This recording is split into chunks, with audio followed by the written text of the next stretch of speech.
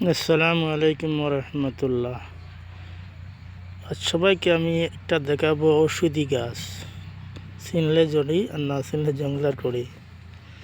বাড়িওয়ালার ঘরের পিছে তাকে আমরা চিনি না, তবে দেখাবো আমি এটা জন্ডিসের রোগের ওষুধ। দেখেছেন, এইটা হলো জন্ডিস রোগের ওষুধ।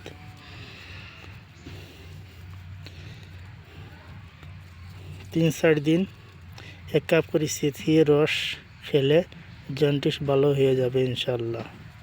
দেখেছেন, অনেক গাছ আছে, ভালোভাবে দেখেন পাতাটা, দেখেন পাতা, এটা জন্ডিস গাছের ওষুধ। আমরা চিনি না, এই জন্য ভালোভাবে চিনেন। এইটা দেখেছেন, এইরকম ফুল আসে, আর পাতাটা দেখেন তো, জঙ্গলের মতো। দেখেছেন, এটা হলো জন্ডিস রোগের ওষুধ।